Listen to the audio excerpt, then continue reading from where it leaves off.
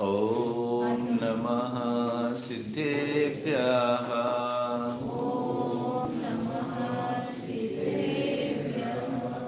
ॐ नमः सिद्धेभ्यः।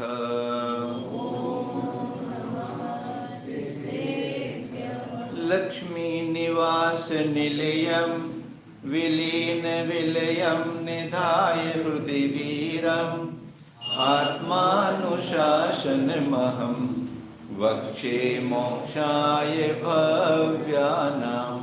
पंच परमेष्ठी भगवान की, चौबीसों तीर्थंकर भगवान की, देवादिदेव जाट श्री आदिनाथ भगवान की, परम पूजाचार्य श्री शांति सागर जी महाराज की, परम पूजाचार्य श्री विमल सागर जी महाराज की, परम पूजाचार्य श्री सन्मति सागर जी महाराज की, परम पूजाचार्य गुरुदेव सुंदर सागर जी महाराज की, गुरुदेव समंत भद्र स्वामी की,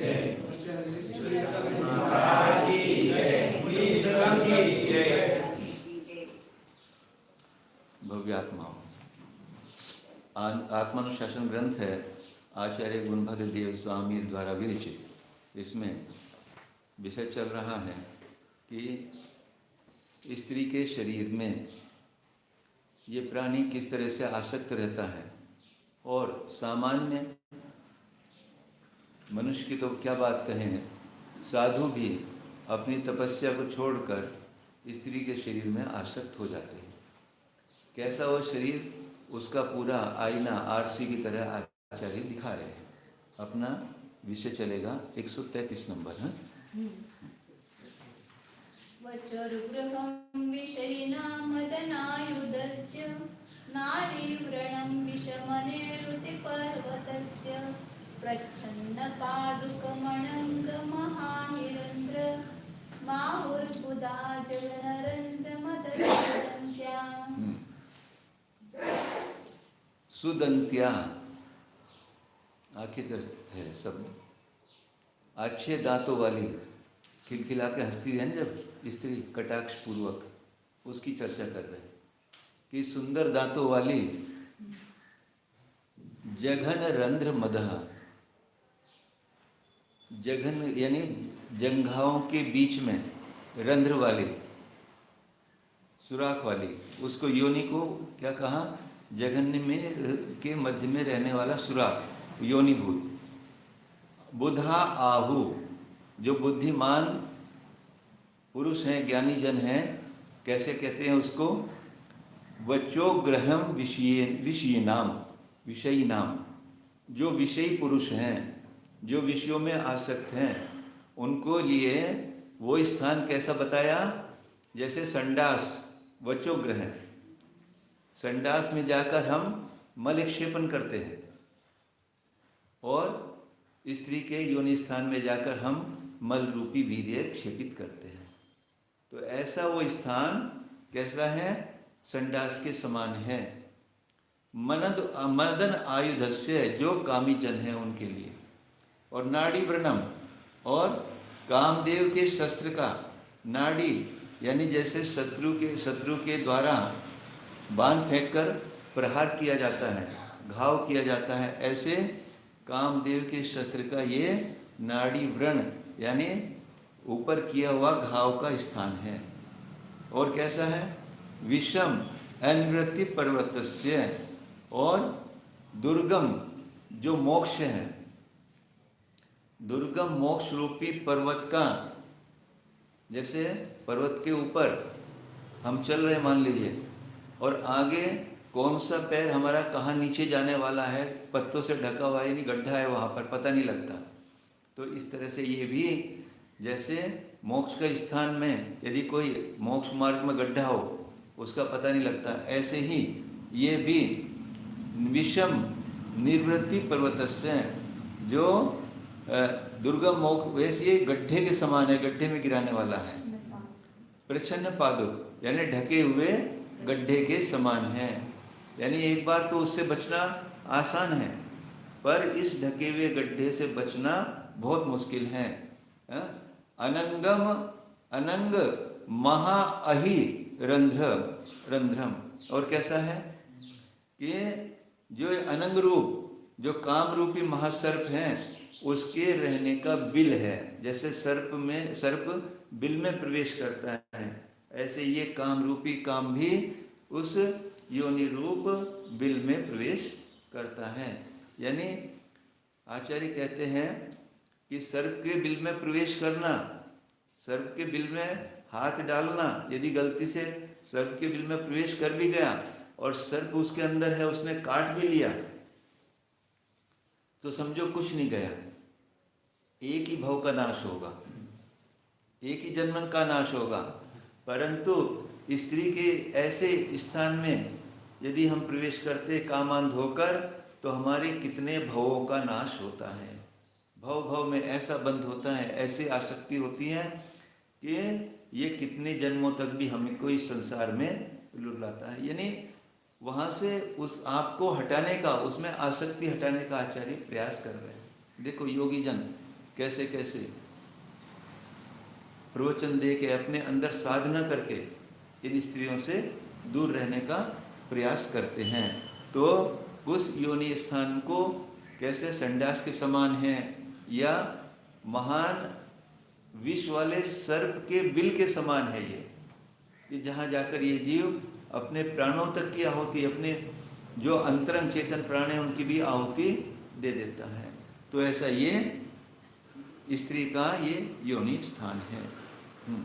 अध्यास्यापि तपोवनं पतपरे नारी कटिकोटरे व्याकृष्टा विषये पतन्ति करिणा कूटावपाते यथा रोचे प्रीतिकरीं जनस्य जननीं प्राग्जन्मभूमिं च यो व्यक्तं तस्य दुरात्मनो दुरुदिते मन्ये जगद्वञ्चितम्। अध्यास्य अपि तपोवनम, कि तप के निमित्त से जन तपोवन क्यों कहा कि जहाँ साधु लोग तप करते हैं उसको तपोवन कहते हैं। कि उस तपोवन का अध्यास माने आश्रय लेकर भी साधु जन तप में जब तपस्या करते हैं, ऐसे वन का आश्रय लेकर भी परे ही ऐसे मुनि नारी कटी कोटरे पतंती,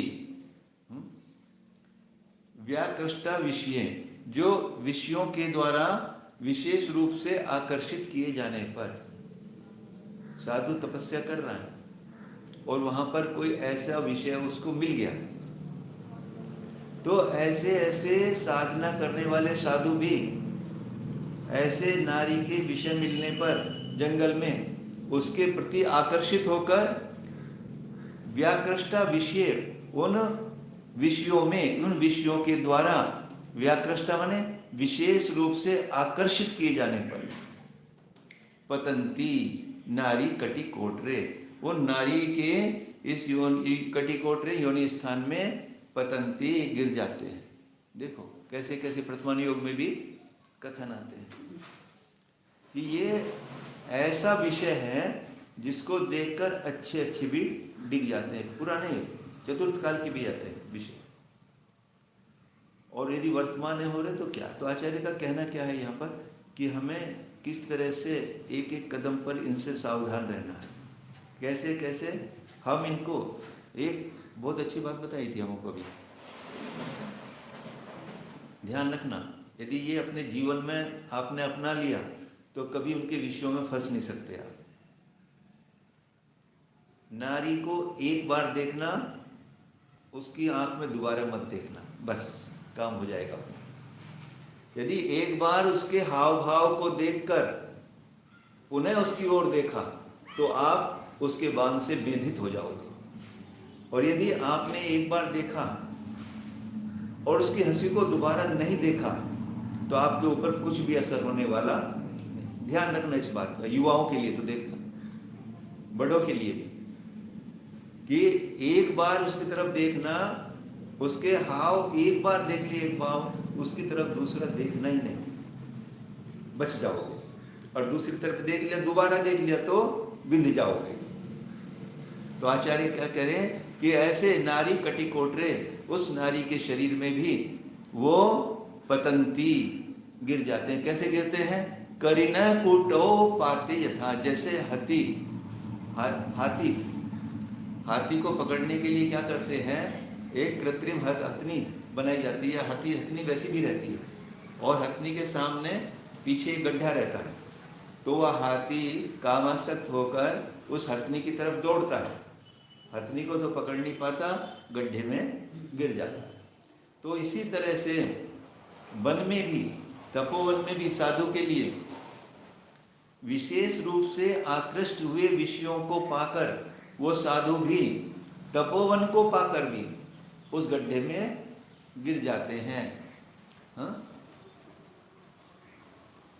आगे ये प्रोचे प्रीतिकरम जनस्य जन्निम प्राग जन्म भूमिश्च यो व्यक्तम तस्य दुरात्मनः उदित ही मन्ये जगत वंचितम। तो ऐसा जो प्रोचे यानी ऐसा जो योनि स्थान है वो कैसा है? उसी स्थान से तो तू पैदा हुआ। जनस्य जननीम प्राग जन्म भूमि च, वो तो जन्म की भूमि है तेरी। वो क्या स्थान? वहीं से तो जन्म हुआ है, यानी जन्म की वो भूमि है और जन्म देने वाली है। यो व्यक्तम, जो इस प्रकार से व्यक्त है, तस्य दुरात्मना, उसको कोई दुरात्मन जो विषय का अभिलाषी है, वो जगत को जो ऐसा कहते हैं उसको, जो दुरात्मना, जो दुष्ट कवि, दुरात्मा का है जो दुष्ट कवि उस स्थान को भोग का स्थान कहते हैं, वो इस जगत को ठगते हैं। जगत वंचितम, उस जगत को ठगने वाले हैं। यानी जो लोग इस स्थान को ऐसा कहते हैं कि प्रीतिकर, उसमें प्रीति करने वाला, करने के योग्य कहते हैं उसको। जैसे कोई कहे कि ये ऐसा है, बहुत अच्छा है, इसमें ये सेवन करना चाहिए, यानी प्रीति करने के योग्य वो नहीं है, परंतु जो उसको प्रीति करने के योग्य स्थान को कहते हैं वो तो दुरात्मा हैं और जगत को ठगने वाले हैं। ये स्थान तो किसी तरह से भी प्रीति के योग्य नहीं है, मलमूत्र का स्थान है। तो आचार्य कह रहे हैं इससे तो हमें हमेशा बचना चाहिए। हाँ, कंठस्थकालकूटोऽपि शम्भो किमपि नाकरो सोऽपि दण्डयते स्त्रीभिः स्त्रियो हि विषमं विषम्। हाँ, कंठस्थ कालकूटोऽपि शंभो किमपि ना करोति। शंभो माने महादेव। ये कहते हैं ना, महादेव के कंठ में विष रहता है और उसको भी पी लेता है तो वो मरता नहीं। यानी कंठ में होने पर भी कालकूट भी, कालकूट कहा विष, कंठ में स्थित होने पर भी कालकूट ने शंभो किमपि न करो, शंभु का वह कुछ भी नहीं कर पाया। विष ने महादेव के कंठ में होने पर भी उसका वो कुछ नहीं कर पाया, ना उसको बिगाड़ने, कुछ मार नहीं पाया उसको। सो अपि, उसको भी, किसको? विष्णु को भी। दंदह्यते स्त्री भी, स्त्री के द्वारा यानी पार्वती के द्वारा, दंदह्यते संतप्त किया जाता है। हाँ? वो पार्वती के लिए, यानी विष जिसका कुछ नहीं कर पाया, ऐसा स्त्री रूपी विष उस शंभु को भी, जिसको महादेव भगवान कहते हैं, उसको भी वो काम से पीड़ित उसने कर दिया। स्त्रियां ही विषमम विषम, इसलिए स्त्रियां तो भयानक विष के समान है। इसको माता जी सभी स्त्रियों के लिए ये बात लागू नहीं होगी, पर बहुतर स्त्रियों को विष नहीं कहा है, मतलब वो पुरुष स्त्री की इच्छा करता है, इसलिए वो स्त्री की निंदा नहीं है। ये पुरुषों के मन में जो स्त्री की संबंधित इच्छा है वो विष है। हाँ, जैसे पिछले श्लोक में बताया अभी कि जो विषयों मतलब का पुरुषों को स्त्री से निवृत्त करने के लिए हाँ, वो मुख्य स्त्री बात की है। निंदा कर रहे हैं। बिल्कुल। स्त्री विषय मतलब स्त्री खराब है ऐसा नहीं कहना। हाँ हाँ। तो वो स्त्री को देख करके उसको ये सब भाव उत्पन्न होते हैं, इसलिए वो स्त्री उनकी निंदा की। हाँ। तो ये स्त्रियों को इस तरह से इनके विषय जो हैं विष से भी ज़्यादा कटुक हैं। जहर पी लेने से भी एक बार ही मरण होगा, और कहते हैं जहर तो विष्णु को भी, इसको शिव को भी कुछ नहीं कर पाया, पर स्त्रियों के विषय उसको भी संतप्त कर देता है, अपने जीवन में क्यों ये हो जाता है, गिर जाता है। कितना बड़े बड़े आदमी भी ऐसे स्त्रियों के प्रेम में फंसते हैं, संपत्ति सब नाश को प्राप्त होता है। चारुदत्त की कथा आती है। पूरा ही उसका धन चला गया, वो वेश्या के इसमें आसक्त हो गए, स्त्री में आसक्त हो गए, तो पूरा धन ही उसका चला गया। ऐसे कितने सारे उदाहरण मिलते हैं, जो पर स्त्री में आसक्त हुए, वेश्या में आसक्त हुए, तो उनका पूरा नाश हो गया। तो यहाँ मुख्य बात क्या है, वो बता के आपको स्त्री में आसक्तपना कम करते हैं। हाँ, वही है। आपकी आसक्ति कम हो। हमारा जैन धर्म तो इतना अच्छा है कि किस तरह से आपको धीरे धीरे धीरे शने कि अभी इतना एक बार स्त्रियों को ऐसा नहीं समझना है हमारी निंदा की है। हाँ। उल्टा उनको आनंद होना चाहिए कि इन पुरुषों को हमारे से निवृत्त किया। हाँ। तो अच्छा हम बच गए। हाँ। तो पुरुषों की इच्छा छुड़ा रहे आचार्य। हाँ। तो ऐसा नहीं समझना चाहिए कि हमारी निंदा कर रहे हैं। इसी के कारण हाँ। अभी जब हम गए थे राजस्थान में विहार कर रहे थे, एक 35-36 साल के पति पत्नी होंगे, वो आए हमारे पास। तो उनकी माता पिता ने पहली दिन रात को हमसे पूर्ण ब्रह्मचर्य लिया था। तो उनके सामने बताया आपके मम्मी पापा आए थे, इस तरह ब्रह्मचर्य किया। हाँ माता जी, महाराज जी बहुत बढ़िया हो किया उन्होंने। मैंने सोचा कि भाई तुम भी ले लो थोड़ा बहुत, महीने में 10 दिन का व्रत, 5 दिन का व्रत ले लो। कितना हर्ष हुआ उनकी बात सुन के। 35-36 साल की उम्र के थे बस केवल। कहने लगे महाराज जी हमें तो महीने में 29 दिन का ब्रह्मचर्य का नियम है। आचार्य विद्यासागर जी महाराज से हमने 29 दिन का एक महीने में, और कुल 35 साल की उम्र केवल एक दिन की, और वो भी कोशिश करते हैं कि बच जाएं, उसको भी निवृत्ति के भाव रखते हैं। ऐसे मतलब वर्तमान में भी ऐसे ऐसे हैं। विकास भैया हैं, और कितने हैं, सब कुछ होते हुए पत्नी है 28 साल की उम्र में, 28 साल में ब्रह्मचर्य करते हुए शादी करके। हाँ। कैसे ये, यानी हम कर सकते हैं इसको। और पहली बात तो शादी क्यों करें, राजू वो ये गलती हो गई, क्या करें अब। अभी जो शादीशुदा नहीं है उनके लिए अब फंसना नहीं इस चक्कर में, फिर उस तरफ उपयोग जाना ही नहीं। शादी के प्रसंग इसलिए आया कि बाकी के स्त्रियों से आप हट जाओ। हाँ। इसलिए शादी की प्रथा है। हाँ। शादी क्यों करना, क्योंकि सभी ने तो आपके हाँ। श्रृंगल के सभी स्त्रियों से फिर संपर्क करने लगेंगे। तो आपकी इच्छा इतनी मर्यादित रहेगी, बस इस स्त्री के साथ ही आप संबंध रखो, बाकी स्त्रियां सब आपके लिए माता बहन के रूप में है, उसके साथ संबंध मत रखो। इसलिए बताइए 136 नंबर एक और कर लेते हैं।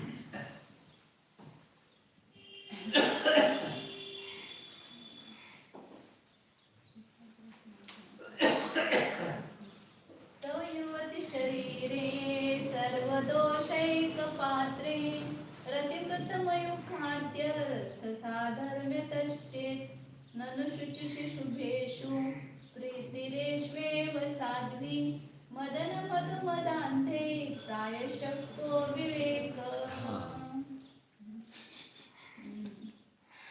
युवती शरीरे तव रति, युवती के शरीर में जो तेरा अनुराग है, कैसा है वो युवती का शरीर बताया, सर्व दोषेक पात्रे, जैसे एक पात्र में रखे हुए सारे दोष हैं, सारे दोषों का एक ही पात्र है। यानी स्त्री का जो शरीर है, इस शरीर में सारे दोष हैं, सर्व दोषों का एक ही पात्र है। ऐसे उस पात्र में, उस शरीर में तेरा अनुराग है, तो कहाँ जा रहा है, वहां तो दोष ही दोष भरे हुए हैं। वास्तव में दोष उसमें नहीं है, वास तो तेरे, दोष तो तेरे इसमें, तेरी मान्यता में दोष है।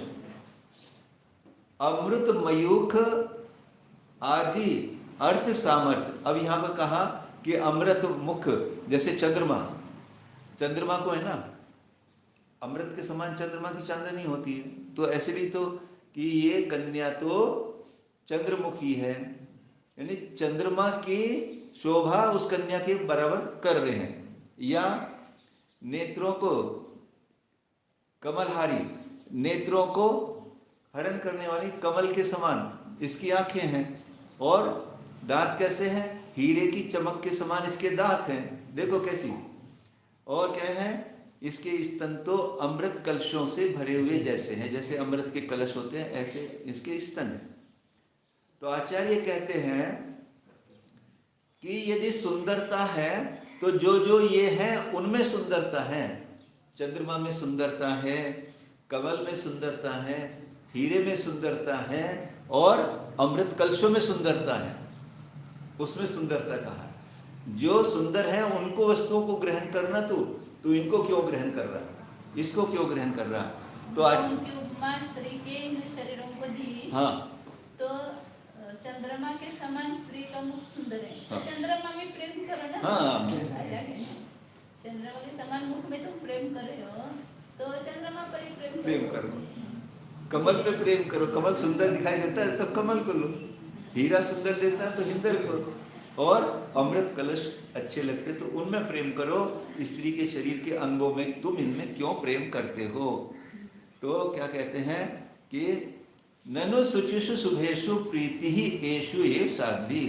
इनमें जो अच्छे हैं, शुभ हैं, उनमें तो प्रीति करना योग्य है।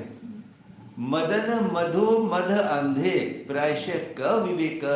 और इसमें स्त्री के शरीर में जो मद से मदांध ये ऐसे हैं, इनमें प्रायः कह विवेक है, इनमें रति करना, इनमें अनुराग करना कौन सा विवेक है।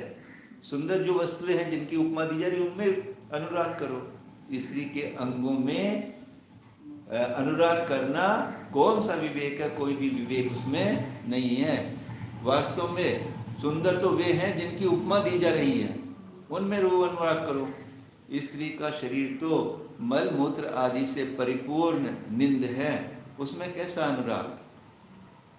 परंतु जो जीव उन व्रत संयम आदि में अनुराग नहीं करते, अनुराग करना है तो व्रतों में करो, संयम में करो, वो हमारे अनुराग करने योग्य हैं, स्त्री का शरीर नहीं।